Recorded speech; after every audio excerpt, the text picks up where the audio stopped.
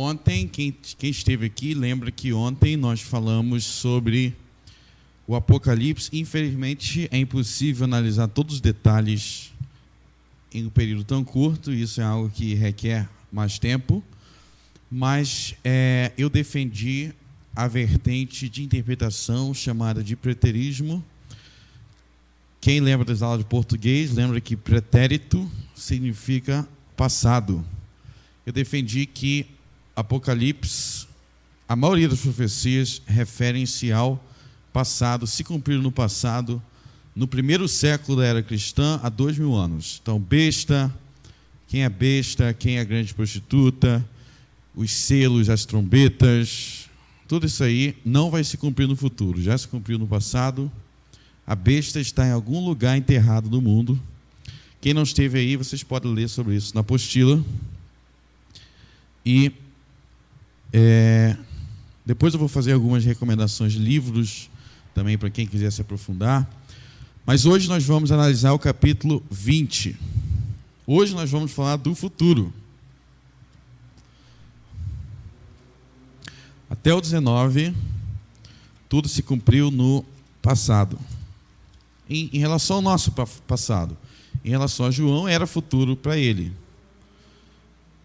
Mas vamos para Apocalipse, capítulo 20.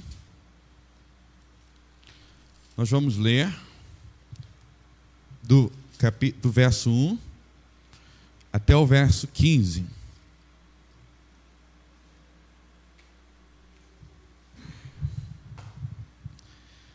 Então vi descer do céu um anjo.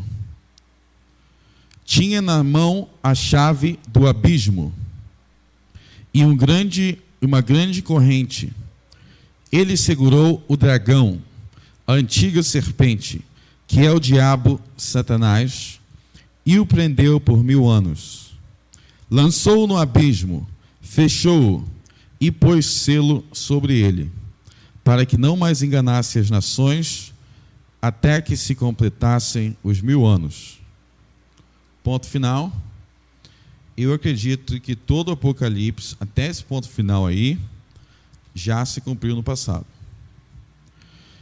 Depois disso, é necessário que ele seja solto por pouco tempo. Vi também tronos, e nestes assentaram-se aqueles aos quais foram dadas autoridade de julgar. Vi ainda as almas dos decapitados por causa do testemunho de Jesus, bem por causa da palavra de Deus, tantos quantos não adoraram a besta, nem tampouco a sua imagem, e não receberam a marca na fronte e na mão, e viveram e reinaram com Cristo durante 1000 anos. Os restantes dos mortos não reviveram, até que se completassem os 1000 anos. Esta é a primeira ressurreição. Bem-aventurados e santos aqueles que têm parte na primeira ressurreição. Sobre estes, a segunda morte não tem autoridade. Pelo contrário, serão sacerdotes de Deus e de Cristo e reinarão com ele os 1000 anos. Quando, porém, se completar os 1000 anos, Satanás será solto de sua prisão e sairá a destruir e a seduzir as nações que há nos 4 cantos da terra, Gog e Magog, a fim de reuni-las para a peleja. O número dessas é como a areia do mar. Marcharam então pela superfície da terra e sitiaram o acampamento dos santos, a cidade amada. Desceu, porém, fogo do céu e os consumiu. O diabo sedutor deles foi lançado para dentro do lago de fogo e enxofre, onde já se encontra não só a besta, como também o falso profeta. E serão atormentados de dia e de noite pelos séculos dos séculos. Vi um grande trono branco e aquele que nele se assenta, de cuja presença fugiram a terra e o céu, e não se achou lugar para eles. Vi também os mortos, os grandes e pequenos, postos em pé diante do trono. Então se abriram os livros. Ainda outro livro, o livro da vida, foi aberto. E os mortos foram julgados segundo as suas obras, conforme o que se acha escrito nos livros. Deu o mar os mortos que nele estavam. A morte e o além entregaram os mortos que nele havia. E foram julgados um por um, segundo as suas obras. Então a morte e o inferno foram lançados dentro do lago de fogo. Esta é a segunda morte, o lago de fogo.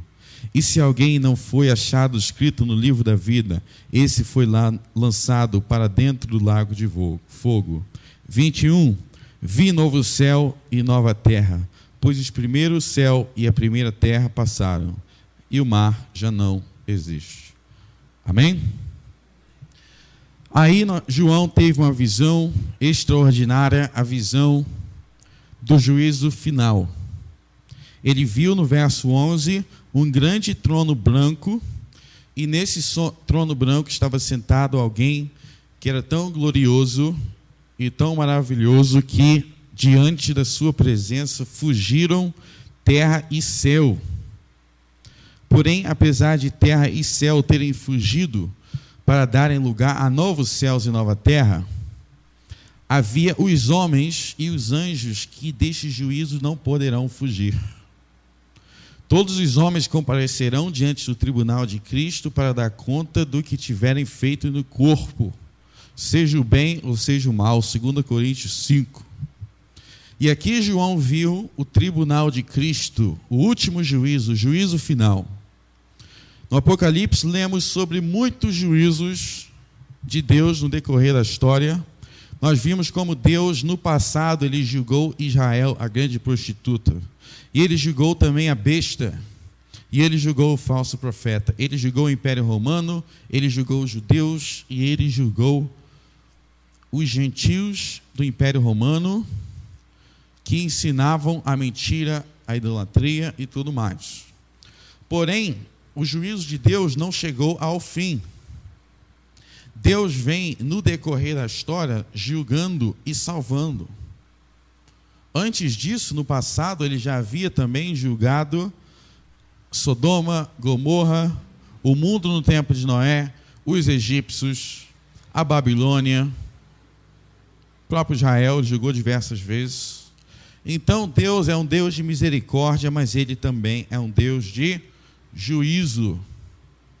E aqui nós vemos que no auge do Apocalipse chegamos no juízo final. Final quer dizer que não tem outro depois. Aqui é o juízo final. Mas antes da visão do juízo final, João teve outra visão, que é a visão dos 1000 anos. Então é dito aqui que antes do juízo final vai haver há um período que é descrito aqui como sendo um período de 1000 anos. É o chamado milênio. Eu tinha dito para vocês ontem que a segunda questão mais importante da escatologia geral, em termos de debates e desentendimento, é a maneira com que esse capítulo aqui é interpretado em relação aos 1000 anos. A gente acabou de ver uma visão aqui que acontece várias coisas, e aí você tem um período de 1000 anos. O que esse capítulo significa? O que essa visão de João sobre os 1000 anos, antes do juízo final, antes da segunda vinda de Cristo, o que isso significa? A visão que eu vou defender para vocês aqui chama-se pós-milenismo, porque eu acredito que esse período de 1000 anos, a vinda de Cristo acontecerá após este período que é descrito aqui. Por isso, pós-milenismo, depois do milênio, depois dos 1000 anos. Eu quero defender para vocês que o que acontece no verso 11, vi um grande trono branco, é o juízo final na segunda vinda de Cristo. E que esse período de 1000 anos aqui é antes da vinda de Cristo. Mas como eu demonstrei e eu enfatizei para vocês ontem, nós queremos interpretar a Bíblia com a própria Bíblia. Eu não quero dizer para vocês aqui o que está na minha cabeça, falar para vocês da minha imaginação. Eu quero usar a própria Bíblia para interpretar a Bíblia, como eu fiz ontem, usando a própria Bíblia para interpretar os símbolos do Apocalipse. Então eu vou fazer aqui isso aqui. existem diferentes elementos e questões nessa passagem de Apocalipse 20 que eu vou interpretar com a própria Bíblia para a gente entender o que isso significa. E usando a própria Bíblia como intérprete, a gente vai ver que essa visão não é tão complicada quanto parece à primeira vista. Mas para resumir, o que acontece aqui? Em primeiro lugar, é dito que o dragão, que também é chamado de serpente, que é o diabo, ele é preso. E ele é preso por um período de 1000 anos. E aí, durante esse período de 1000 anos, acontece o que o texto descreve como o reino de Cristo. Cristo está reinando neste período de 1000 anos. E depois desse período, e durante esse período de 1000 anos, o que acontece é que, tendo sido o diabo preso, as nações deixam de ser enganadas.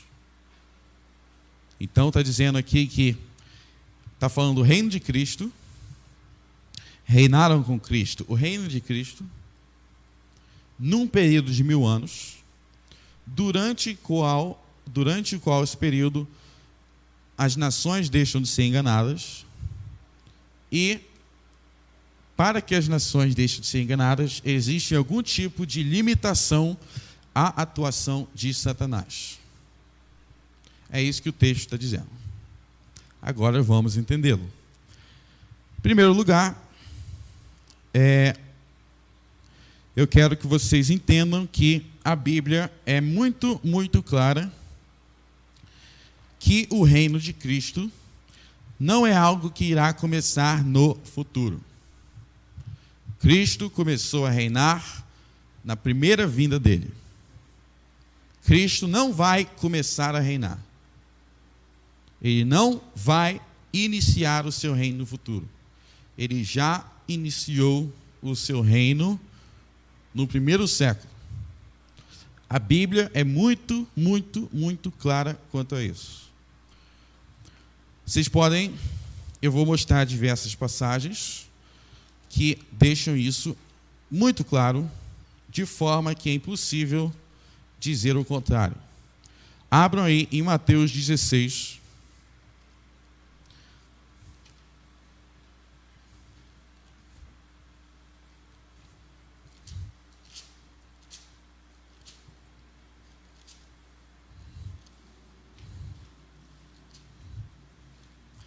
Mateus 16, verso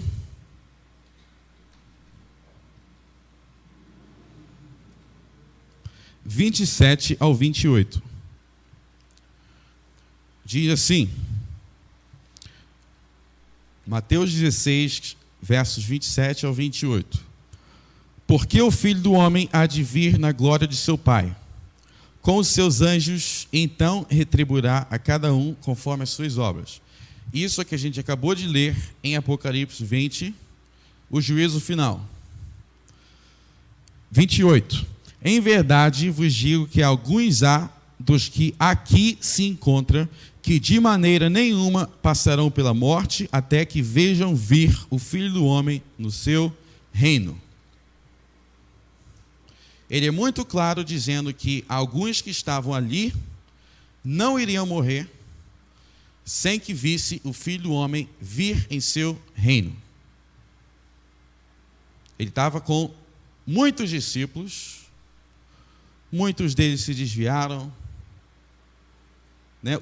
Aquela multidão que seguia ele, muitos se desviou. Teve dos 12 apóstolos, permaneceu vivo. Permaneceu vivo não, mas um se desviou, Judas. Os outros cambalearam, mas voltaram. Mas está dizendo, dos que estão aqui, alguns há que não vão morrer até que vejam o Filho do Homem vir em seu reino. Eu acho que ninguém acha aqui que ninguém estava lá, continua vivo hoje. Então, o reino de Cristo tem que ter vindo no primeiro século. Ele não diz que o reino viria somente no juízo final. Ele não diz isso. Ele não diz, ele diz que o Filho do Homem vai julgar o mundo. E diz também que o Filho do Homem iniciaria seu reino naquele momento, naquela época da história. Antes, ele não diz que é no mesmo momento as duas coisas. Ele está falando que as duas coisas vão acontecer. E ele diz, quando é que o reino do Filho do Homem vai acontecer? Antes que muitos deles morressem.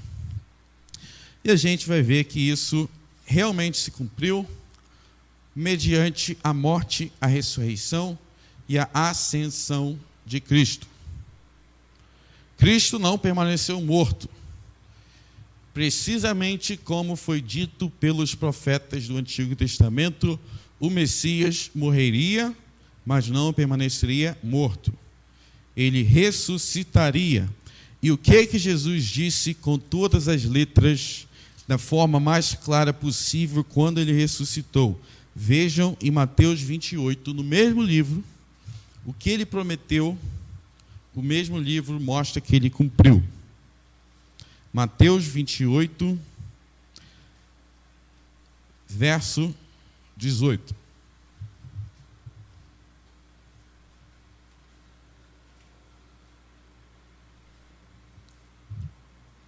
Jesus, aproximando-se, falou-lhes, dizendo: toda autoridade me foi dada no céu e na terra. Toda autoridade me foi dada no céu e na terra. O reino de Cristo, então, é o exercício da sua autoridade. E ele deixa claro que a sua autoridade não está restrita a nenhuma esfera do universo. Não está restrita. É uma autoridade que inclui tudo, os céus e a terra. Se Cristo já tem autoridade sobre os céus e a terra, então ele já está reinando sobre os céus e a terra. Aqui ele cumpriu o que ele prometeu. E esses 11, vocês veem no verso 16, esses 11, eles viram Cristo vir em seu reino quando eles o viram ressuscitar. Quando Cristo ressuscitou, ele ressuscitou como rei. Toda autoridade me foi dada no céu e na terra. Toda. Então, quando Cristo voltar, ele não vai ter mais autoridade do que ele já tem agora. Não vai haver qualquer aumento de autoridade. Não vai ser uma autoridade maior. Porque toda autoridade que poderia ser dada a ele já foi dada pelo Pai. É muito claro isso. Mas aí, depois de ressuscitar, o que Cristo fez? 40 dias depois, ele ficou 40 dias na terra, depois ele subiu aos céus. Abram no Evangelho de Marcos, capítulo 16.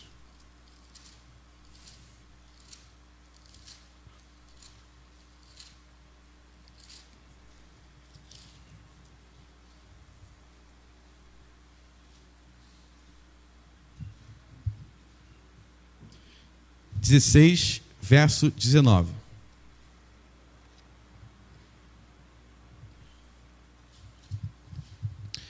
De fato, o Senhor Jesus, depois de lhes ter falado, foi recebido no céu e assentou-se à destra de Deus. Cristo foi recebido no céu e assentou-se à destra de Deus. É a entronização de Cristo. Ele foi entronizado como rei. Assentar aí, não é que há literalmente, será que tem um banco de madeira, ou será que é de ouro? O assentar aí refere-se a trono, reino. E destra na Bíblia, direita, a mão direita, a gente falou até da mão direita ontem, não é que o Pai realmente, literalmente tem o braço, ele não tem, o Pai é espírito. Direita indica força.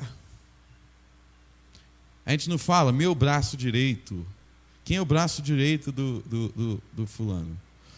Então, Cristo está na posição mais elevada que pode haver. O reino supremo dele foi inaugurado exatamente como ele prometeu. e os seus apóstolos o viram vindo em seu reino. E porque ele veio em seu reino, o Apocalipse mostra que ele, como rei, não é um rei inativo, não é como a rainha da Inglaterra que só de vez em quando faz alguma coisa. Mas é o rei que dos céus lutou contra a besta e o falso profeta. Ele lutava contra os inimigos da igreja. E ele submetia os homens ao seu reino. Cristo está agora dos céus reinando e submetendo os seus inimigos debaixo dos seus pés.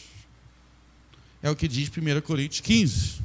É dito aqui que Cristo ressuscitou e assentou-se à destra de Deus. Não é isso? Subiu ao céu, sentou-se à destra de Deus. Isso já havia sido profetizado no Salmo 110. Abram aí no Salmo 110.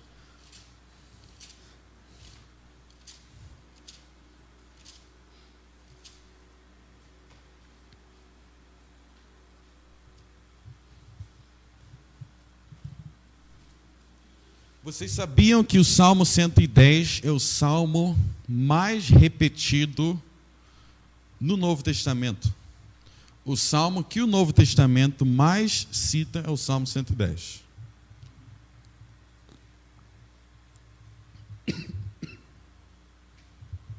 O verso 1.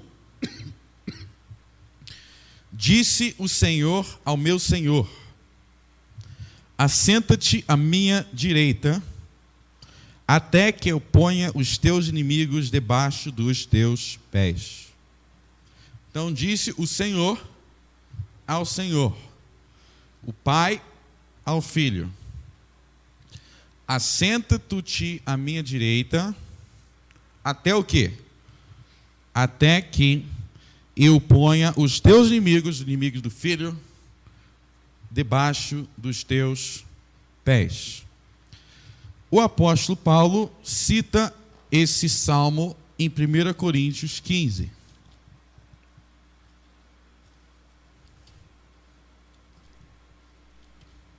Primeira Coríntios 15.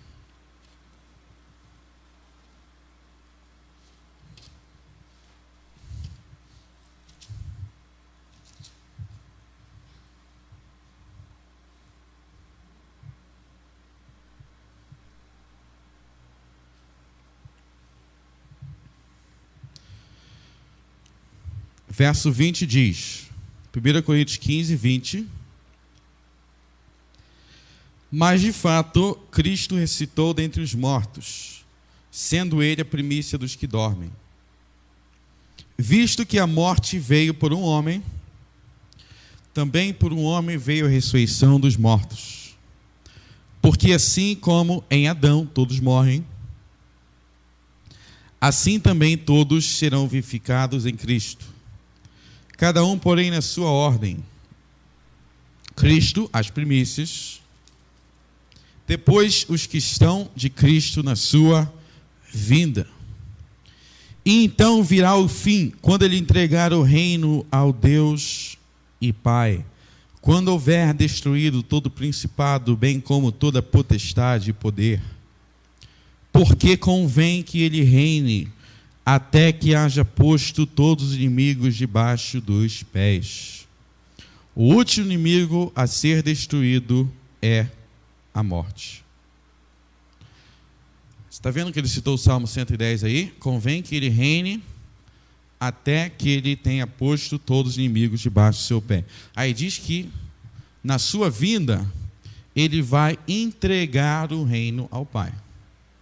Ele não vai receber o reino do Pai, ele vai entregá-lo. Ele vai dizer: Pai, aqui está o reino consumado. O último inimigo a ser destruído é a morte. Se o último inimigo a ser destruído é a morte, isso significa que depois da morte não haverá outros inimigos a serem destruídos. Repetindo, se o último inimigo a ser destruído é a morte, isso significa que depois da morte não haverá outros para serem destruídos. Isso significa que a destruição de todos os outros inimigos, exceto a morte, acontecerá antes da destruição à morte. O que é a destruição da morte? É o que é dito no verso 23. Os que são de Cristo na sua vinda, a ressurreição dos que são de Cristo na sua vinda. Como ele diz também no verso 50, avancem para o verso 50. Isto afirmo, irmãos, que a carne e o sangue não podem herdar o reino de Deus, nem a corrupção herdar a incorrupção. Eis que vos digo um mistério: nem todos dormiremos, mas transformados seremos todos. No momento, num abrir e fechar de olhos, ao ressoar da última trombeta, a trombeta soará, os mortos ressuscitarão incorruptíveis, e nós seremos transformados. Porque é necessário que este corpo corruptível se revista da incorruptibilidade, e o corpo mortal se revista da imortalidade. E quando este corpo corruptível se revestir da incorruptibilidade, o que é mortal se revestir da imortalidade, então se cumprirá a palavra que está escrita: tragada foi a morte pela vitória. Onde está a morte, a tua vitória? Onde está a morte, o teu aguilhão? Então, a vitória de Cristo contra a morte acontecerá na ressurreição dos mortos, que acontecerá na sua vinda. Isso significa que depois da segunda vinda de Cristo, não haverá mais inimigos. Por que não haverá mais? Porque o último vai ser derrotado na vinda dele, que é a morte. Quando nós que estivermos aqui, pressupondo que todos aqui sejam cristãos de verdade, todos nós aqui vamos ressuscitar. E aí não vai ter mais inimigo nenhum. Não vai ter mais. E antes disso, o que Cristo está fazendo antes disso? Ele está derrotando outros inimigos. Isso nos dá, então, uma perspectiva de como entender a história. Desde a ascensão de Cristo, sua ascensão, sua subida ao céu, sua entronização, ele recebeu todo o poder nos céus e na terra. E desde então, ele vem colocando seus inimigos debaixo de seus pés, como o soberano rei e governador de todas as coisas. Então, todas aquelas promessas do Antigo Testamento, as promessas messiânicas, do Messias que viria, se cumpre na pessoa dele, como profeta, sacerdote e rei. Ele é profeta porque ele anunciou as palavras de Deus. Ele é sacerdote porque ele ofereceu o seu próprio corpo em sacrifício para nos salvar. E ele é rei porque ele governa todas as coisas. E se a gente não confessa que Jesus Cristo é rei, nós não podemos ser salvos. O que é dito? Que a tua boca confessa que Jesus Cristo é o Senhor. O que é Senhor? É isso, é rei, governador, dominador. Então, como é que a gente pode dizer o reino de Cristo quando ele estiver reinando? Como assim, quando ele estiver reinando? Ele já está reinando. Que absurdo é esse que as pessoas dizem? Quando ele estiver reinando, ele já está reinando. E a maior prova, uma das provas que ele já está reinando, é o fato de você ser cristão. Você é cristão porque ele, como rei, te dominou e te subjugou e te levou para o seu reino. Não diz lá em Colossenses, graças a Deus que nos transportou do reino das trevas para o reino do Filho do seu amor. Se ele nos transportou do reino das trevas para o reino do Filho do seu amor, como que a gente vai dizer que ele ainda não está reinando? Nós já estamos nesse reino.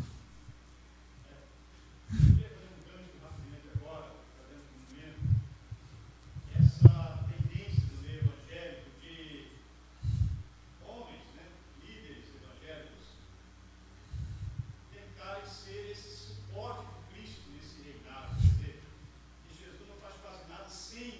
Sem ele. Sem a autoridade humana, sem a palavra de revelação, sem o apostolado. Existe uma tendência hoje, porque o homem, desde lá do Éden, ele quer usurpar a autoridade de Deus. Ele é soberano, não é Deus é soberano. O homem quer ser soberano. E aí o Satanás chamou o homem de Deus mentiroso, lá no Éden, né? A serpente, a gente leu sobre a serpente aqui, e o homem achou boa ideia.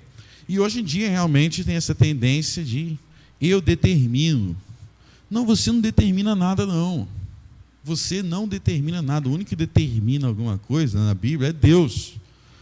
O único é Cristo, porque o reino é de Deus, não é o seu reino. Você tem que dar graças a Deus por ser um escravo dentro desse reino. Você é um escravo, um servo dentro desse reino, que tem que, calado, obedecer o que o Senhor manda. Porque essa é a verdadeira liberdade. Agora, ficar determinando para Deus. Teve esses dias que eu vi aquele Marcos Feliciano, eu vi um negócio dele, aí termina a oração falando assim, aqui quem está falando é Marcos Feliciano. Ele termina a oração falando isso. Como assim aqui quem está falando? Cristo ensinou a orar em nome dele. O que é em nome de Cristo? Quer dizer que eu não tenho moral nenhuma, porque eu sou um mísero pecador.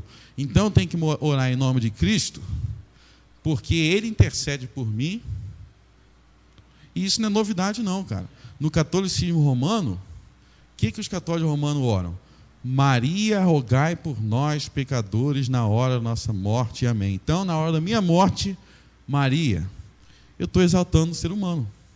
Maria, uma grande serva de Deus, foi colocada como se o reino de Deus fosse Maria e Jesus lado a lado. Lado a lado. Então, a gente tem que ser como João Batista, que ele cresça e eu diminua. Que ele cresça e eu diminua. Infelizmente, a gente está se esquecendo disso aí.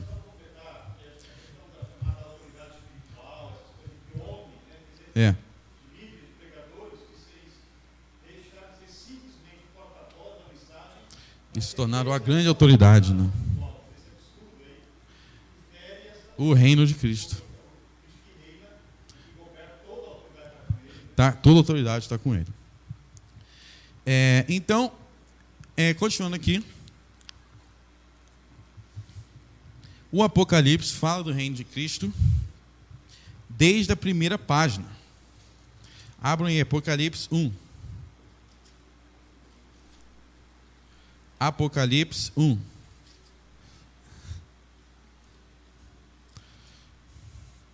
Diz assim, no verso 5: E da parte de Jesus Cristo, a fiel testemunha, o primogênito dos mortos e o soberano dos reis da terra. Ou algumas traduções, o principal dos reis da terra. Por que isso era importante? A gente viu ontem que quando Apocalipse foi escrito, você tinha a besta, que era os imperadores romanos. No tempo de João era Nero, e eles acreditavam que eles eram deuses, eles eram divinos. Então aqui ele estava avisando para aquele povo que não, o verdadeiro rei, o verdadeiro divino é Jesus Cristo. Então aqui você não tem simplesmente uma verdade universal, é uma verdade universal, mas muito importante para aqueles cristãos. Lembrar-se que o rei não era César, o rei era Jesus Cristo. Então aí nós já resolvemos algumas questões de Apocalipse 20. Eu já mostrei para vocês que o reino de Cristo é agora. E agora eu quero mostrar para vocês que, se o reino de Cristo é agora, isso significa que a serpente e o diabo já foi preso. No sentido em que, vamos ver que sentido ele foi preso. Abra aí em Mateus, Evangelho de Mateus, capítulo 12.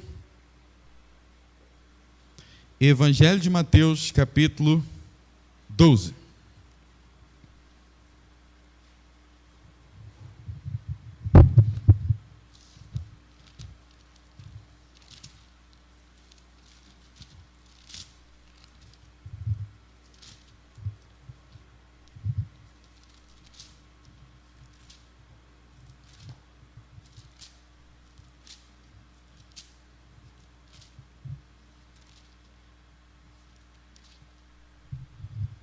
Mateus 12, verso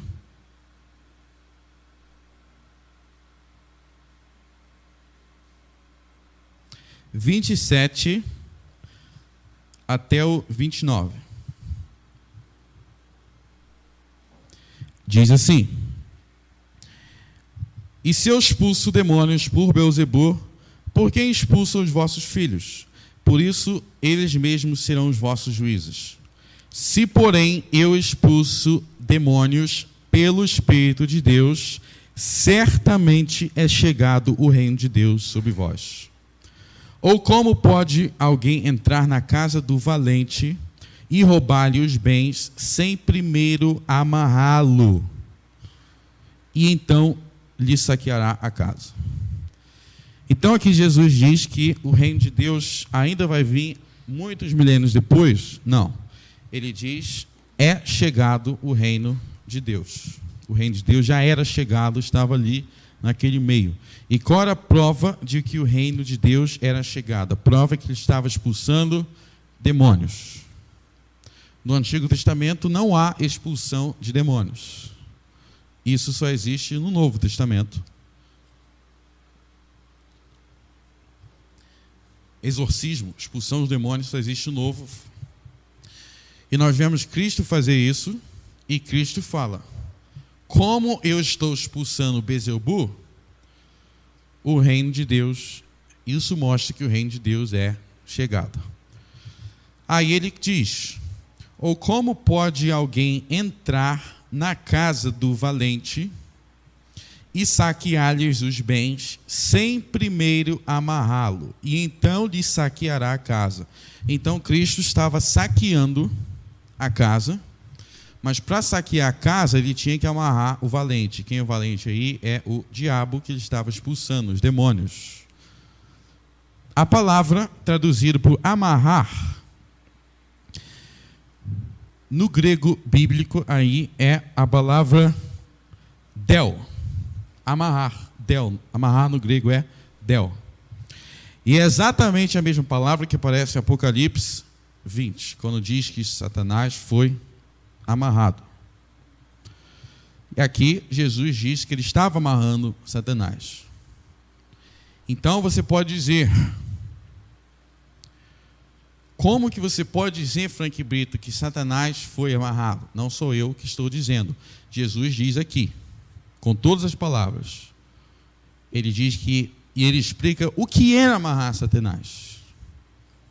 Era à medida que ele expulsava demônios. Porque quando ele expulsava demônios, ele estava restringindo a atuação de Satanás. Você se pergunta, isso significa que Satanás não atua mais no mundo? Não, não significa. Por quê? Porque a Bíblia não diz que ele continua a atuar no mundo. Vamos esclarecer isso. Eu já falei e vou repetir de novo. Eu tenho que entender as coisas da maneira que a Bíblia explica. A Bíblia diz que Satanás foi amarrado. Mas ele amarrado significa que ele é limitado, de alguma forma ele é limitado. Mas a Bíblia não diz que ele é limitado para todas as coisas. Mas amarrado se indica algum tipo de limitação. Jesus diz que ele estava sendo limitado, estava sendo amarrado em seu próprio ministério. Com que objetivo? Para que o reino de Deus fosse inaugurado. Então, de alguma forma, ainda que Satanás atue, ele está amarrado para o propósito para o qual Deus o amarrou. Uma comparação interessante disso é de Martinho Lutero. Martinho Lutero, o grande reformador do século XVI, ele faz a seguinte comparação. Você sabe aquele cachorro que ele é preso por uma corrente, ele está preso por uma corrente, então ele não pode fazer qualquer coisa, mas ele pode ficar latindo e perturbando. E a corrente vai até um determinado ponto e, de repente, ele pode até morder. Mas ele está preso por uma corrente. Aliás, é absurdo a ideia de um Satanás ilimitado, porque aí não haveria reino de Cristo. O reino de Cristo significa justamente isso, que o poder de Satanás está, de alguma maneira, limitado. E a pergunta é, limitado para o quê? Se o poder de Satanás não tivesse sido limitado de nenhuma forma, você não estaria aqui. Porque ele já teria te destruído. A pergunta é, por que você está aqui? Por que você crê no Evangelho? Porque o Senhor, para saquear a casa, amarrou o valente. Mas aí, quando a gente analisa o propósito para o qual o texto diz que ele foi amarrado, em que sentido ele foi amarrado, a gente vai ver que tem um sentido muito, muito, muito, muito específico lá no Apocalipse. Diz que Satanás foi amarrado, ou seja, isso é tudo língua. É claro que não tem uma corda literal, uma corrente. Amarrado quer dizer que ele é limitado para alguma coisa. Ele é amarrado para que ele não fizesse o quê? Para que ele não enganasse as nações. Essa é a finalidade para o qual ele é amarrado. Ele é impedido de enganar as nações. Então, quando o reino de Cristo é inaugurado, Cristo diz: você não vai mais enganar as nações da maneira com que você fazia antes. Vamos nos aprofundar disso. A gente acabou de ler em Mateus 28 que, quando o Senhor ressuscitou, ele declarou: é-me dado todo o poder no céu e na terra. E ao declarar que é dado a ele todo o poder no céu e na terra, ele dá uma ordem aos seus apóstolos. Que ordem que ele deu aos apóstolos, que por extensão se aplica à igreja? Ele disse: ide, portanto, ensinai todas as nações.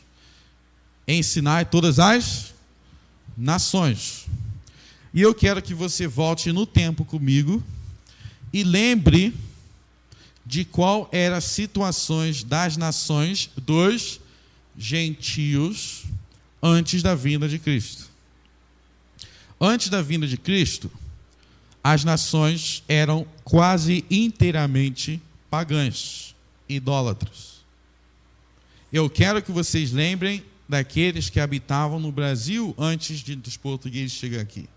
Eu quero que vocês lembrem dos romanos, dos asiáticos, da África. Havia uma única nação que conhecia Deus. De Moisés até Cristo, havia uma única nação que conhecia Deus, com poucas exceções das outras nações. Que nação é essa? Era a nação de Israel. E aqui, no Novo Testamento, há uma mudança. A gente estudou ontem sobre a transferência. Lembra da transferência? O reino de Deus foi transferido de Israel para os gentios. O que isso significa? Que a maioria dos crentes hoje são o quê? São gentios. E se você pensa que as coisas no mundo hoje estão ruins, eu quero que você se lembre do tempo em que uma única nação conhecia a Deus. É o que Paulo explica em Efésios 2. Ele manda em Efésios 2 as pessoas lembrarem. Abram aí, em Efésios 2.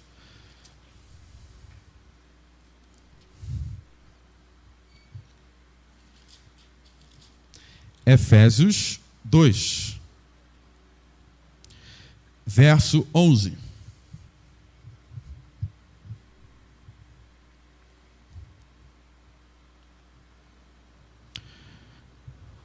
Portanto, lembrai-vos de que outrora, preste atenção, lembrai-vos do quê? De que outrora, quer dizer, no passado, vós, gentios na carne, chamados incircuncisão por aqueles que se intitulam circuncisos na carne, por mãos humanas, naquele tempo estava sem Cristo, separado da comunidade de Israel, estranho às alianças da promessa, não tendo esperança e sem Deus no mundo. Mas agora, está comparando como que era no passado e como que era agora. Mas agora, em Cristo Jesus, vós que estáveis longe, fostes aproximado pelo sangue de Cristo. Porque ele é a nossa paz, o qual de ambos fez um, e tendo derrubado a parede de separação que estava no meio, a inimizade, aboliu na sua carne a lei dos mandamentos na forma de ordenanças, para que dos dois criasse em si mesmo um novo homem, fazendo a paz, e reconciliasse ambos em um só corpo com Deus por intermédio da cruz, destruindo por ela a inimizade. E aí vai dizendo, e aí está falando de como os gentios, as nações do mundo, passaram a ser chamadas a Deus mediante a vinda de Cristo. Então, por isso que quando Cristo ele iniciou seu reino, ele mandou que fosse pregado o evangelho às nações. Então, antes, se essas nações eram todas idólatras, estavam em trevas, os gregos, os romanos, os brasileiros, os índios, os asiáticos, os indianos, os chineses, estavam tudo em trevas.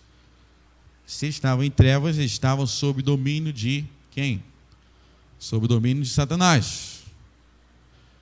Mas quando Cristo veio, à medida que essas nações, como eu e você, somos ensinados, Satanás deixa de nos enganar.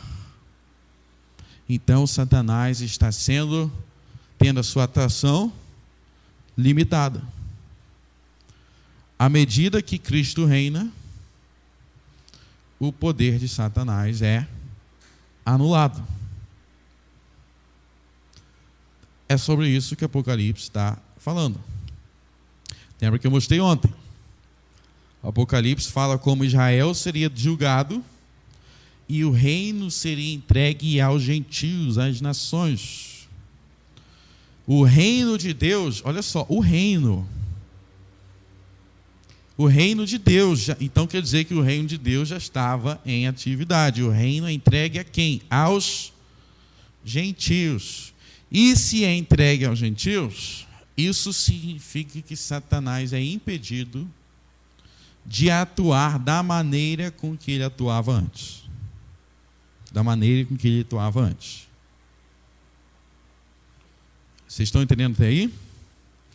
Então, por isso que Jesus diz: eu vim fazer com que Deus reine.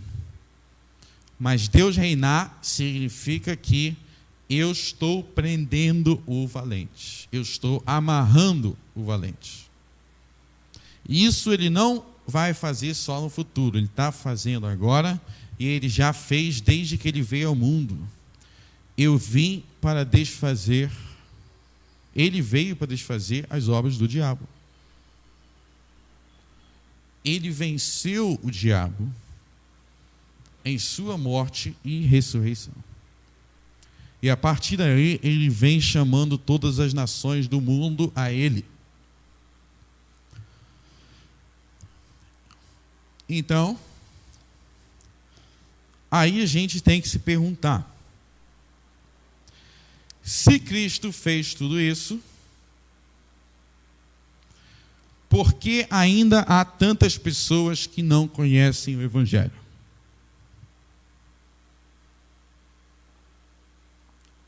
Por que ainda há tantos nas trevas e cego? Bom, em primeiro lugar, não há tantos quanto poderia haver. Não é a pior das situações, porque você está aqui. Em todas as cidades brasileiras que eu vou, eu encontro cristãos. Isso não era verdade antes de Cristo vir ao mundo. A verdade, na realidade, aqui no Brasil, não era verdade nem há 500 anos atrás. Há 500 anos atrás, todos os habitantes desse país eram índios adoradores de sol, das estrelas, da lua. Eu não sei qual a descendência de todos aqui, mas creio que a maioria, se não tem mistura de índio, seus antepassados ou vieram da Europa ou vieram da África. Se vieram da Europa ou da África, há 1500 anos atrás, todos os seus antepassados adoravam deuses pagãos. Sem exceção, nem sabia que existia o Deus de Israel. Na Europa, na África, o mundo inteiro era assim. E agora não é mais. Em todo o mundo, o nome do Senhor já é conhecido e é adorado. Mas poderia ser melhor, não poderia? Não só poderia, como vai ser melhor. Não só poderia, como vai. Eu quero que vocês abram, a gente leu agora Mateus 12, onde o Senhor diz que estava saqueando as obras do diabo. E no capítulo seguinte, ele conta uma série de parábolas sobre o reino de Deus. E eu quero que vocês leiam as parábolas que encontram nos versos 33, nos versos 31 ao 33. Mateus 13, verso 31 ao 33. Outra parábola lhes propôs, dizendo: o reino dos céus é... Para aí. Ele vai explicar como é o reino dos céus. Atenção, o reino dos céus é... Vai lá.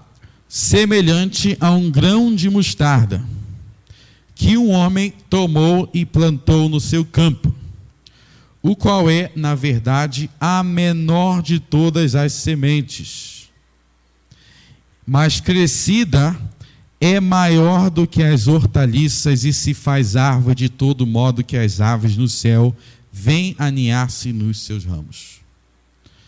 Então ele está dizendo, o reino de Deus é assim. Tem a semente da mostarda, que é pequenininha, mas depois vai crescendo, até que vira uma árvore gigantesca. Está falando, é assim que é o reino de Deus. 33. Disse-lhe outra parábola: o reino dos céus é semelhante ao fermento que uma mulher tomou e escondeu em 3 medidas de farinha, até ficar tudo levedado. É a mesma ideia. Começa pequenininho, vai crescendo, vai crescendo, vai crescendo, vai crescendo. A gente acabou de ler aqui em 1 Coríntios 15, que quando Cristo começou a reinar, lá em 1 Coríntios 15, baseado no Salmo 110, diz assim, que ele começou a reinar, e aí ele já destruiu, já derrubou todos os inimigos. Não. Diz que ele vem progressivamente derrubando seus inimigos. Progressivamente, quer dizer, aos poucos, aos poucos, aos poucos. Convém que ele reine até que ele haja posto todos os inimigos debaixo de seus pés. Então ele vai colocando. É a mesma ideia aqui.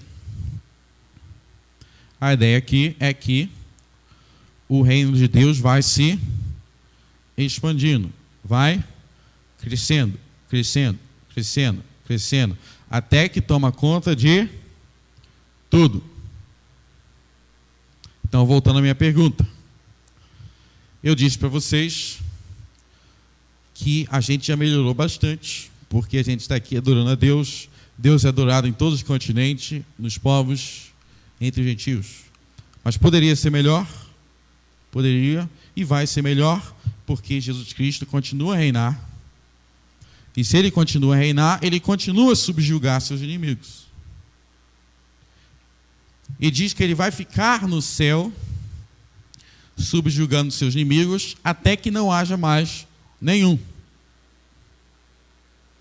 Ele vai continuar no céu, subjugando seus inimigos, até que não haja mais nenhum. Se é isso, se Cristo está agora reinando, e se o seu reino significa que ele está lutando contra os seus inimigos, a minha visão sobre o futuro deve ser que as coisas irão melhorar ou piorar? Essa é a pergunta.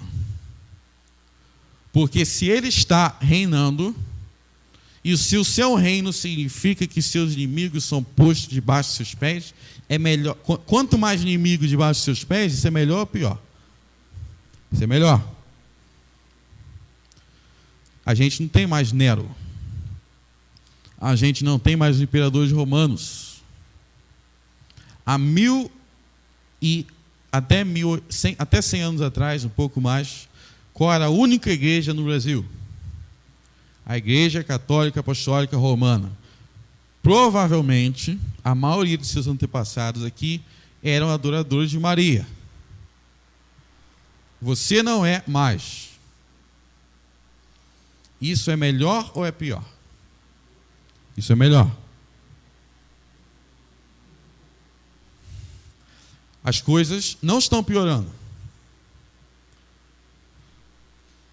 Na verdade, a Bíblia não ensina que quanto mais a gente se aproxima do fim do mundo, mais as coisas pioram. Não ensina isso em lugar nenhum. Não ensina. Existem motivos, até às vezes plausíveis, pelo qual as pessoas pensam. Quanto mais próximo do fim, mais pior vai ficando.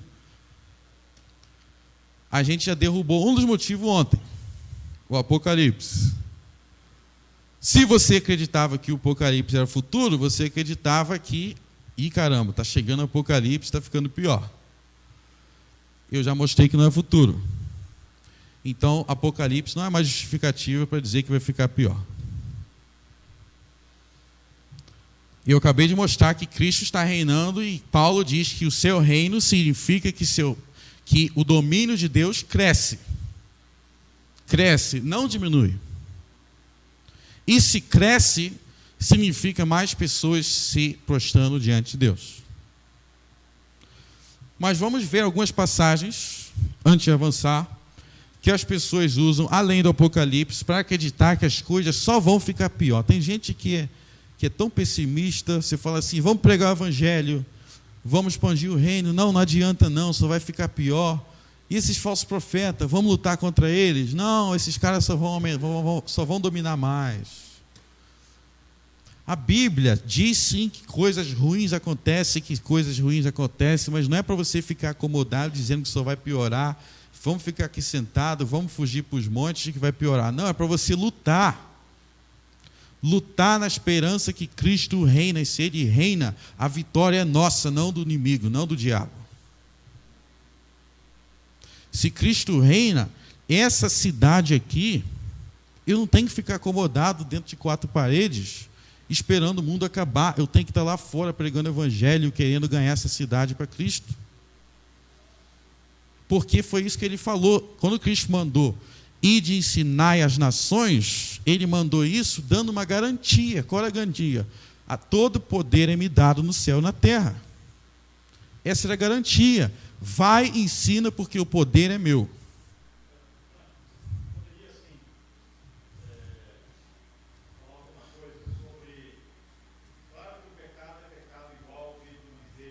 Uhum. Mas há uma percepção, pelo menos no Brasil, livre do mundo ocidental, Uhum. de uma Piora. piora no sentido assim, não só a questão moral, mas numa postura já declarada de uma sociedade contra Cristo e contra o Evangelho. O pecado sempre existiu, muitos eram cristãos por conveniência, vamos chamar de catolicismo, não era o mundo ocidental do nosso, mas as pessoas estão deixando, pelo menos, ir ficando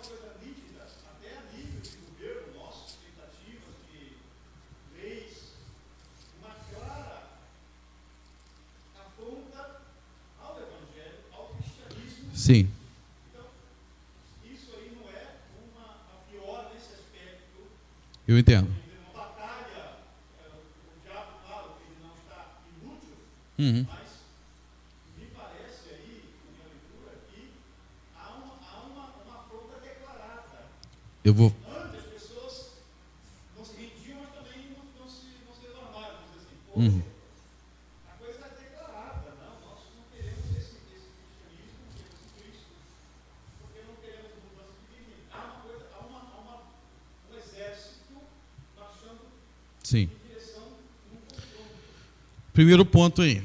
Se o mundo não era cristão antes, como não era no tempo de Paulo, por que a gente sequer tinha uma situação? Você falou que antigamente o pessoal respeitava mais. Por que sequer tinha uma situação onde as pessoas respeitavam? Isso era fruto de um acontecimento anterior em que o cristianismo realmente teve voz. Você está entendendo? A gente estudou aqui, o Brasil, vamos dizer, é católico romano. Mas por quê? Veio da Europa. Mas por que sequer existia cristianismo na Europa? Por que sequer havia cristão com tanta força a ponto de um país todo dizer cristão? Por causa de Apocalipse 19. Apocalipse 19 diz que a besta seria derrotada por Jesus Cristo, e a besta era o Império Romano. E o que aconteceu com o Império Romano? O Império Romano caiu e o cristianismo passou a surgir como força. Isso é o ponto 1. Então, a nossa cultura ocidental era cristã, e em grande parte continua sendo, por causa dos missionários do passado. Eles fizeram essa cultura cristã. Conversões de verdade. Agora a gente está vivendo um suposto fim disso, porque as pessoas estão se rebelando contra isso que foi plantado há séculos atrás, a cristianização da Europa, né? E aí passou por muitas fases diferentes, mas, por exemplo, até a década de 50, a rainha da Inglaterra, que é Elizabeth II, quando ela assumiu o trono dela, qual foi o juramento de coroação dela? O juramento de coroação dela que ela defenderia a fé protestante contra os inimigos de Deus na Inglaterra. A rainha da Inglaterra foi coroada assim. Obama recebeu a posse com a mão dele em cima de Deuteronômio 28. Da onde que surgiu isso? Surgiu de uma cultura, um povo que foi evangelizado no passado e depois começou a desandar. Aí eu pergunto, eles começaram a desandar, certo? E diante disso, o que nós como igreja fazemos? Você falou que está desandando. Na minha concepção, eu vou te dizer uma coisa. O maior culpado por desandar não são esses ímpios lá fora. Somos nós aqui dentro. Sabe por quê?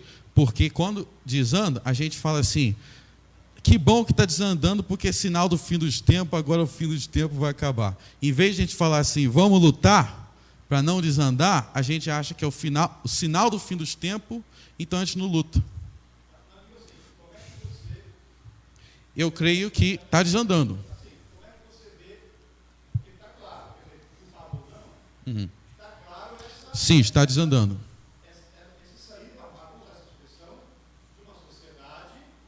Sim. Sim. Sim. Estampado. Ocidental.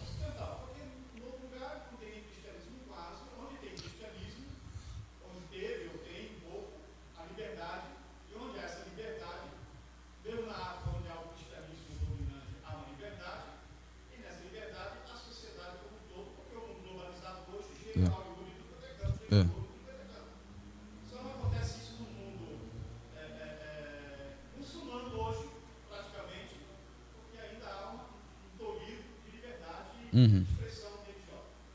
Mas que há no mundo, para todo ele, uns mais, mas há, esse levantar-se. Sim, há. Entende? E quase que, respeitando aí a linha do tempo, faltando pouco para uma perseguição, não vou dizer bélica, mas perseguição àqueles que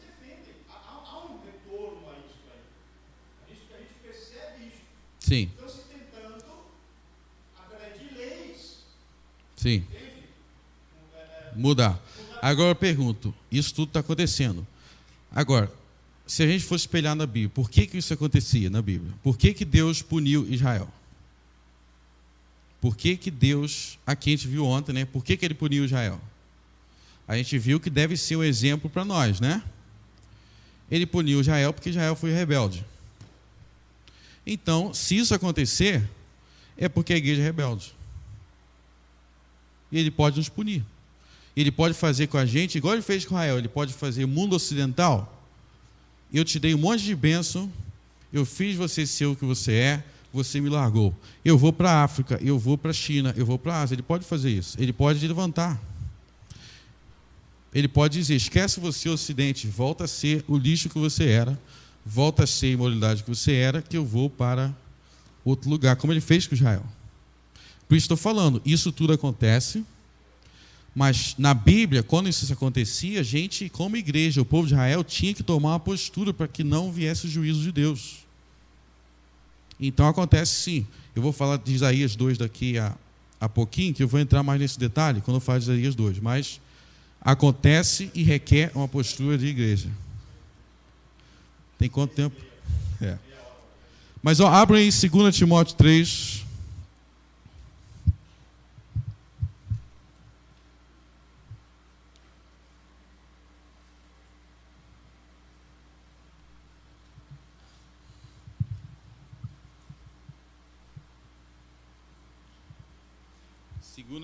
Segundo Timóteo 3 diz assim: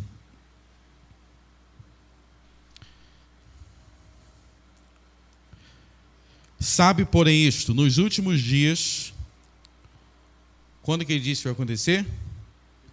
Nos últimos dias, sobrevirão tempos difíceis, pois os homens serão egoístas, avarentos, jactanciosos, arrogantes, blasfemadores, desobedientes aos pais, ingratos, irreverentes, desafeiçoados, implacáveis, caluniadores, sem domínio de si, cruéis, inimigos do bem, traidores, atrevidos, enfatuados, mais amigo dos prazeres do que amigo de Deus, tendo forma de piedade, negando-lhes, entretanto, o poder. Foge também destes, pois entre estes se encontram o que penetram sorrateiramente nas casas e conseguem cativar mulherzinhas sobrecarregadas de pecados, conduzidos de várias paixões, que aprendem sempre e jamais podem chegar a conhecimento da verdade. E do modo por que Janes e Jambres resistiram a Moisés, também estes resistem à verdade. São homens de todo corrompido na mente, réprobos quanto à fé. Eles, todavia, não irão adiante, porque a sua insensatez será a todos evidente, como também aconteceu com aqueles. Aí Paulo está falando de coisas que aconteceria nos últimos dias. E quando é que começou os últimos dias? Será que a gente já está nos últimos dias? Sim, nós estamos nos últimos dias, desde a primeira vinda de Cristo. Segundo a Bíblia, os últimos dias não é os últimos momentos antes do fim do mundo. Não é. Você já viu alguém falando aqui, caramba, já está nos últimos tempos, já estamos nos últimos dias. Vamos ver como que a Bíblia define os últimos dias.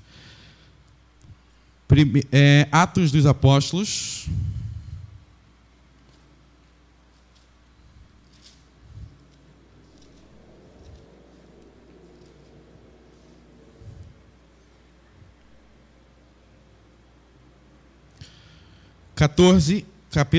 capítulo 1, verso 14. Atos, capítulo 1, verso 14.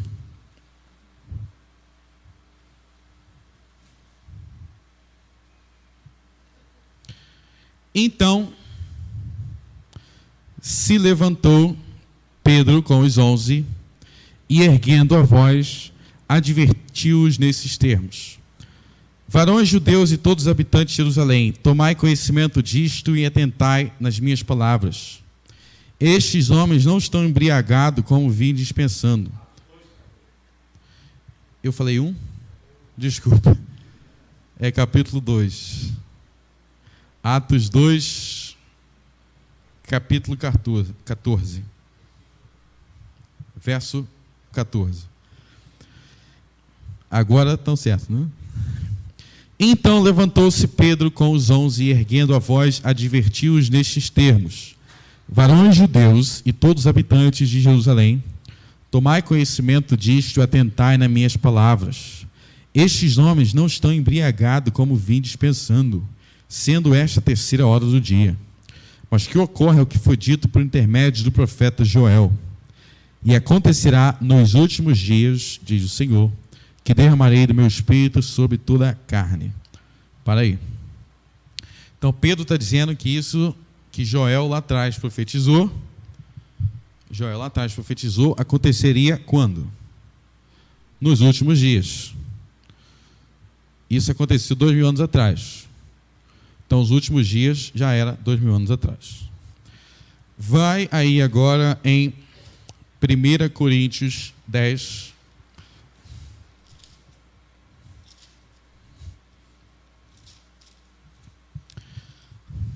1 Coríntios 10.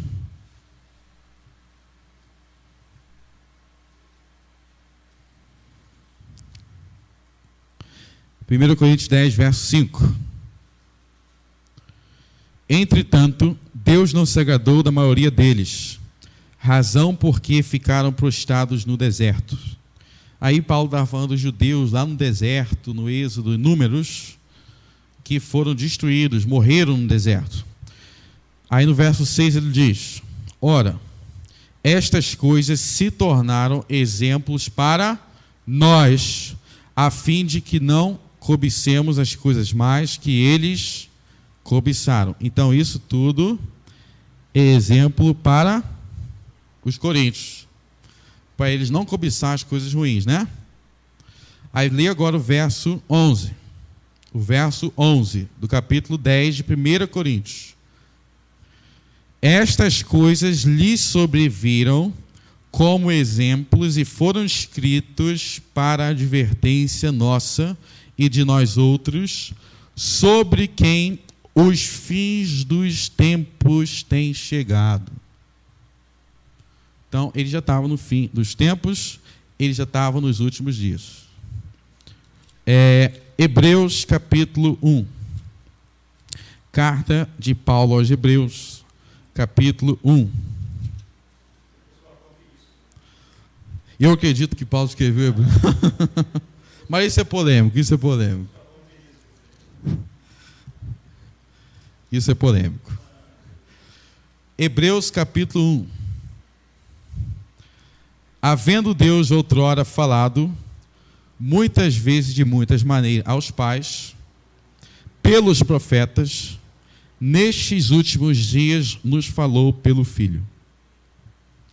Então, antigamente Deus falava pelos profetas e tal. Nestes últimos dias Deus falou pelo Filho. Então está muito claro que os apóstolos estavam vivendo nos últimos dias. Mas como assim? Eles já estavam nos últimos dias, nos últimos tempos? Como assim? Bom, em primeiro lugar, a palavra dias na Bíblia não é necessariamente um período curto de tempo. Eu peço que vocês abram no livro de Gênesis, capítulo 5.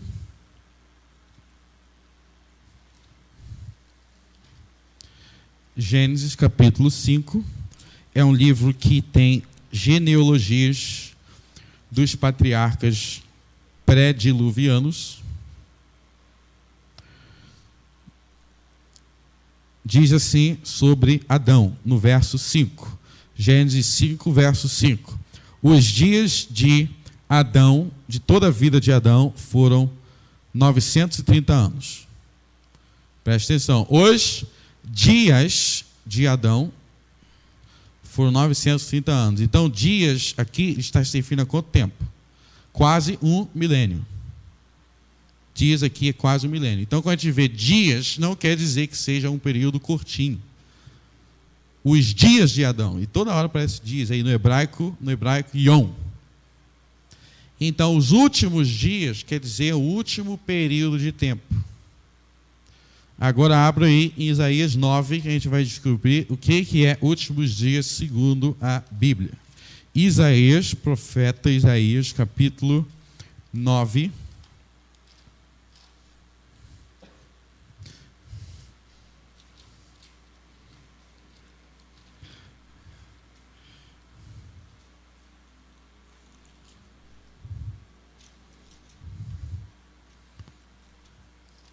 Isaías 9.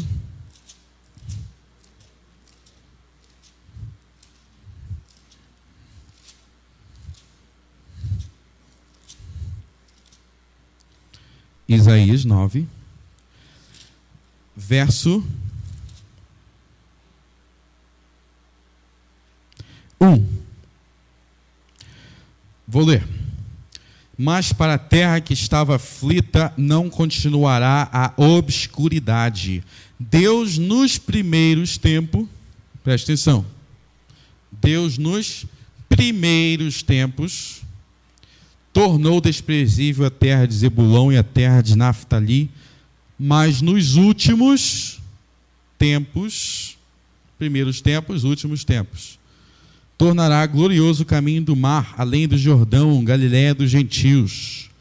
O povo que andava em trevas viu grande luz, e aos que viviam na região da sombra da morte, resplandeceu-lhes a luz. E aí ele vai falando, até que chega no verso 6, ele explica por quê. Porque um menino nos nasceu, um filho nos deu, um governo está sobre seus ombros, e seu nome será Maravilhoso Conselheiro, Deus Forte, Pai da Eternidade, Príncipe da Paz, para que se aumente o seu governo e venha paz sem fim sobre o trono de Davi, sobre o seu reino. Vamos para aí. Então a história é dividida em duas partes. Antes de Cristo, são os primeiros tempos, os primeiros dias.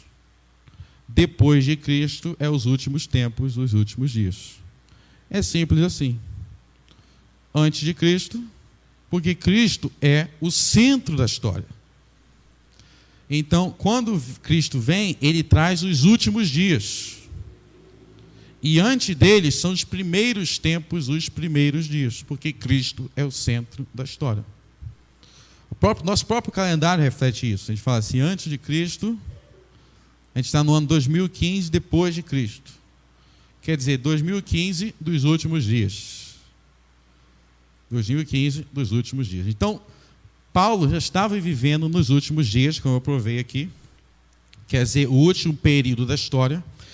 Então, lá em 1 Timóteo, 2 Timóteo 3, ele não está falando de algo que aconteceria somente no futuro distante. Quando ele fala assim, nos últimos dias acontecerá. Nos últimos dias vai acontecer. Ele não está falando só lá no futuro distante. Ele está falando por toda a era cristã. Na era cristã vai ter isso. E tanto que já estava tendo, que ele diz para Timóteo, afasta-se desse pessoal. Se não existia antes, aquele pessoal que ele lista, já não existia antes. Já existia, não tinha? Ele dá a lista de pessoas lá, volta lá. Timóteo.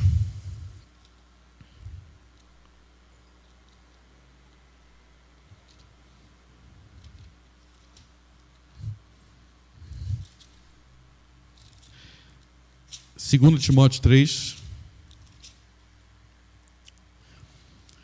Vamos reler a passagem com isso em mente. Sabe, porém, isto, nos últimos dias. Ele está falando só no finalzinho lá, não. Ele está falando dali, da época dele. Por isso que no verso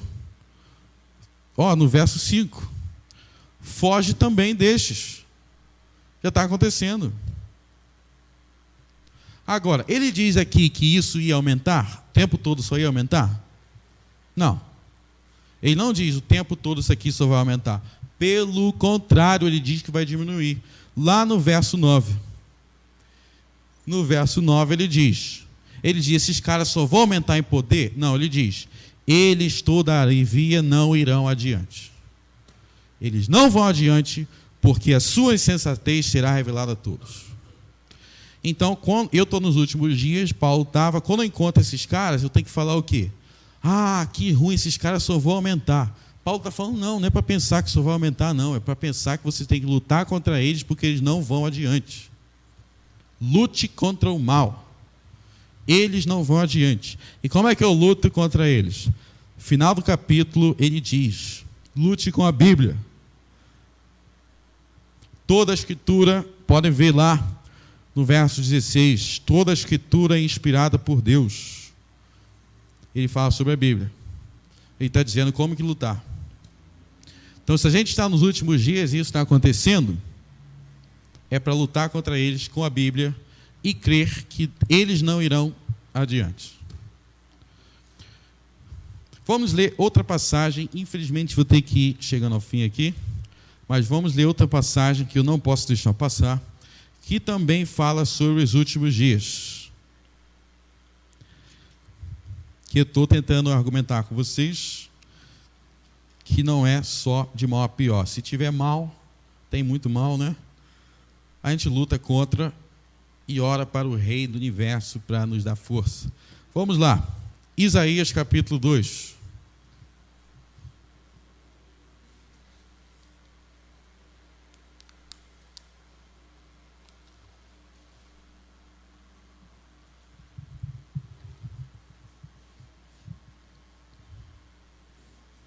Verso 1.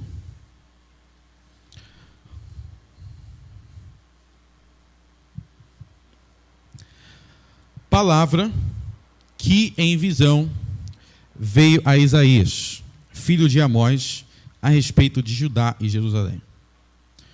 Nos últimos dias, ele diz que isso vai acontecer quando? Nos últimos dias. Então, em algum momento, depois da vinda de Cristo, que isso vai acontecer. Porque no capítulo 9, ele já falou que os últimos tempos, os últimos dias, é com a vinda do Messias. Então, nos últimos dias acontecerá que o monte da casa do Senhor será estabelecido no cimo dos montes e será levado sobre os outeiros. E para ele afluirão todos os povos.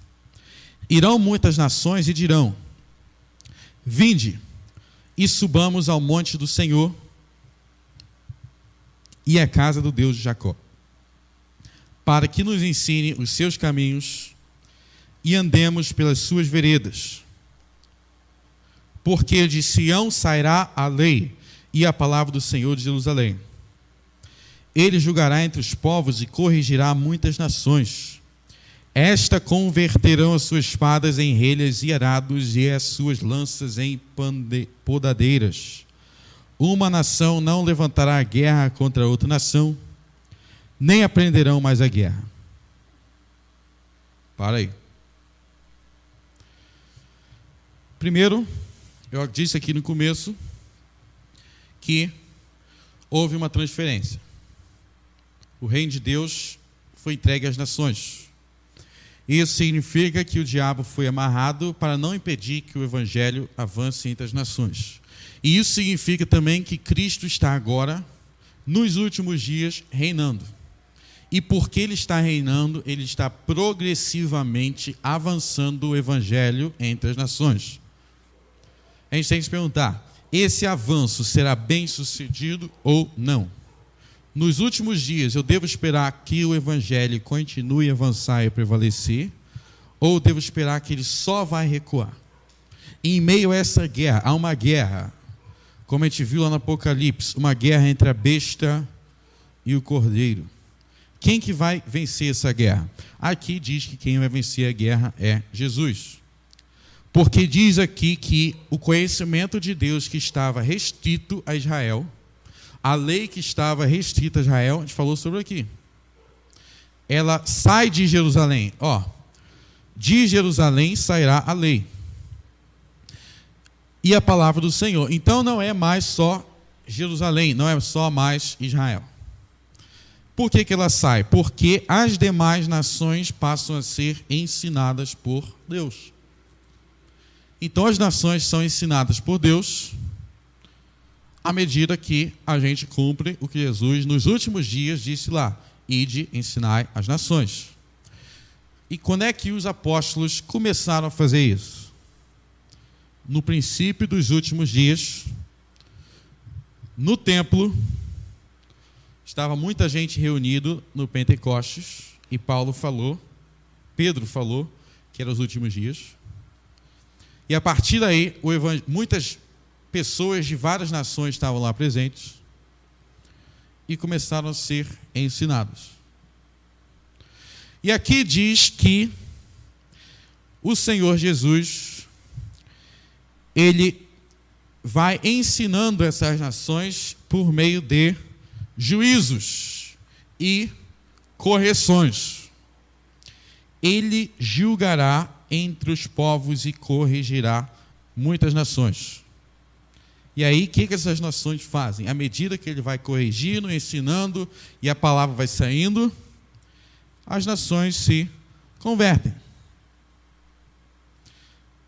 Eu pergunto, você crê que é possível um povo inteiro se converter, uma nação inteira se converter? É o que está escrito aqui. E aqui diz que essa transformação desses povos é tão dramático que elas param de guerrear. Isso já aconteceu várias vezes na história. Estudem sobre os grandes avivamentos na história do cristianismo. Não fique só preso no que acontece no Rio Grande do Sul, no Brasil, no século XXI. Os últimos dias não começaram agora. Deus já converteu muitas nações. Recentemente, na Armênia, vocês conhecem a Armênia? A Armênia é um país no leste europeu e eles estavam relembrando o massacre armênio que aconteceu há 100 anos atrás. Teve um holocausto armênio lá, matou muita gente, os turcos. E eles estavam lembrando desse holocausto. Agora, muita gente não sabe muito assim da Armênia. Você sabe que o alfabeto armênio, os armênios têm o alfabeto da língua deles. Quem que criou o alfabeto armênio? Foi criado por missionários há cerca de 1.400 ou 1.300 anos atrás, nos primeiros séculos do cristianismo. Eles foram evangelizar a Armênia. O rei da Armênia se tornou cristão e eles queriam traduzir a Bíblia para o armênio. A Armênia foi a primeira nação cristã do mundo. Não sei se vocês sabem disso. Mas aí o que o rei falou? É o seguinte, eu sou cristão, mas agora como é que a gente vai fazer? Eu quero que você ensine o povo. E ele pediu para traduzir a Bíblia. Só que aí o problema é que a Armênia não tinha idioma escrito. Não tinha língua escrita. Então, como é que vai ter Bíblia se não tem língua escrita? Então, os missionários, eles criaram um idioma só para traduzir a Bíblia. Agora a gente tem um idioma escrito, que eles só falavam, né? Mas não tinha escrita entre eles. Criaram um idioma para poder evangelizar a Armênia. Muitos idiomas do mundo, muitos idiomas escritas do mundo foram criados por missionários cristãos para poder traduzir a Bíblia. Não sei se você sabe disso. Então, no decorrer da história, muitas nações vêm sendo evangelizadas e subjugadas debaixo do reino de Cristo. Já pensou se os missionários da Armênia ou da Europa, ou o grande Patrício da Irlanda? Patrício foi um cara, ele é conhecido hoje aí como São Patrício. O pessoal fica adorando ele. Mas verdadeiro Patrício não era disso não. O verdadeiro Patrício era um grande missionário que foi para Irlanda, e ele literalmente converteu a Irlanda inteira. A Irlanda foi convertida literalmente por um cara que começou a construir igreja, começou a traduzir a Bíblia, Isso já aconteceu antes. Nós temos inúmeros avivamentos no decorrer da história de nações e povos inteiros se prostrando diante de Jesus Cristo. E não é para ficar surpreso, porque é o que está escrito aqui. É o que está escrito aqui. Abram aí Isaías 59.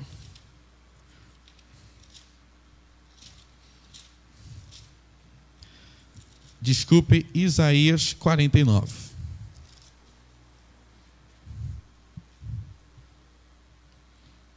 Vocês lembram que Isaías fala sobre o servo do Senhor. O servo do Senhor no livro de Isaías é o Messias. E vocês lembram de Isaías 53? Isaías 53 fala sobre a morte do servo, a morte de Jesus. Mas Isaías não fala somente sobre a morte de Jesus, ele também fala sobre o reino de Cristo. Vamos a Isaías 49. Verso 5. Mas agora diz o Senhor que me formou desde o ventre para ser seu servo. Isso é Jesus falando. Para que torne a trazer Jacó e para reunir Israel a ele. Porque sou glorificado perante o Senhor e o meu Deus e a minha força. Sim, diz ele, pouco é seres o meu servo para restaurares as tribos de Jacó e tornares a trazer os remanescentes de Israel. Também te dei como luz para os gentios, para seres a minha salvação até a extremidade da terra. Assim diz o Senhor, o Redentor e Santo de Israel, ao que é desprezado, ao aborrecido das nações, ao servo dos tiranos. Os reis o verão, e os príncipes se levantarão, e eles te adorarão por amor do Senhor, que é fiel, e do Santo de Israel, que te escolheu. Então ele está falando aqui de Jesus Cristo, que era o aborrecido, ele foi crucificado. Ele está falando, os reis, os príncipes, as nações, os povos, eles vão se levantar para te adorar. Se não está acontecendo no Brasil agora, nesse momento, tão enfaticamente, o que é que estamos fazendo para que aconteça? Primeiro passo é crer. Primeiro passo é crer. Mas eu preciso crer não em qualquer coisa, eu preciso crer nas promessas de Deus prometidas em sua palavra. E as promessas de Deus e as ordens de Deus não é para que a gente fique sentado e parado esperando acabar o mundo. Porque Jesus Cristo não está sentado e parado. Jesus Cristo está sentado sobre um trono. E assentado sobre um trono, ele está trabalhando para submeter os seus inimigos debaixo dos seus pés. E nós fomos enviados para fazer isso. Como embaixadores de Cristo. O que é uma embaixada? Lá em Coríntios diz, 2 Coríntios diz que nós somos embaixadores. O que é uma embaixada? Embaixada fala em nome de uma nação, em nome de um reino. Como embaixadores do reino de Cristo, nós temos a missão de trazer os povos, de trazer as nações para o reino de Cristo. Isso não é uma promessa de derrota. O Apocalipse não é um livro de derrota espiritual. É um livro sobre o reino de Cristo e como Cristo irá subjugar as nações. Ele julgou Israel, ele julgou o Império Romano, o Ocidente foi cristianizado, em meio a muitas lutas espirituais em primeiro lugar. Mas ele não parou. A visão dos 1000 anos mostra que isso continuaria a acontecer, porque o diabo foi limitado para que ele não mais enganasse as nações. E porque o diabo foi limitado para que ele não enganasse mais nações, nós temos a esperança de que a grande comissão e de ensinar as nações, ela pode ser cumprida. Vamos nessa confiança cumprir a grande comissão. Vamos ensinar as nações. Vamos confessar com a nossa boca que Jesus Cristo é o verdadeiro Rei. E porque Jesus Cristo é o verdadeiro Rei, são as suas leis, os seus mandamentos que devem ser obedecidos. Ele não era um falso Messias. O que os profetas disseram sobre ele, ele cumpriu. Ele inaugurou o seu reino e desde então ele vem subjugando e colocando seus inimigos debaixo de seus pés. E ele vai continuar a fazê-lo, não uma obra pela metade. Ele vai continuar a fazê-lo até que se cumpra o que diz em Isaías 11, a terra do Senhor, a terra se encherá do conhecimento do Senhor, como as águas cobrem o mar. Como as águas cobrem o mar, assim a terra se encherá do conhecimento do Senhor. Amém? Vou orar para terminar aqui. Senhor nosso Deus, nosso Pai, te agradecemos pelo momento que tu deste aqui para aprender a tua palavra do livro de Apocalipse. Senhor, faça, Senhor, que não sejamos homens covardes, mas que sejamos como os mártires do Apocalipse, aqueles mártires do Império Romano que tiveram a coragem de enfrentar o Império, na convicção de que o verdadeiro rei era Jesus Cristo. Não era o imperador Nero, não era nenhum dos imperadores que eram os soberanos reis. Não é nesse país a Dilma que está realmente no comando acima de tudo, mas ela está subordinada a ti, Senhor. Todos os reis da terra estão subordinados a ti. Todos os líderes, Senhor, estão subordinados a ti, porque somente de ti que há o verdadeiro poder. Não há poder que não seja ordenado por Deus.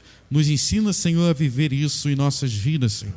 Que tenhamos coragem de proclamar o Teu Evangelho, não ficando restritos em qualquer canto, mas poderosamente anunciando a Tua palavra, nossos familiares, aos nossos amigos, em nossos trabalhos, em toda a nação, para que Cristo reine entre nós e para que nós sejamos submetidos e subjugados a Ele, cada vez mais. Nós oramos a Ti na confiança que nosso Rei Jesus intercede por nós à Tua direita. No nome dele, amém.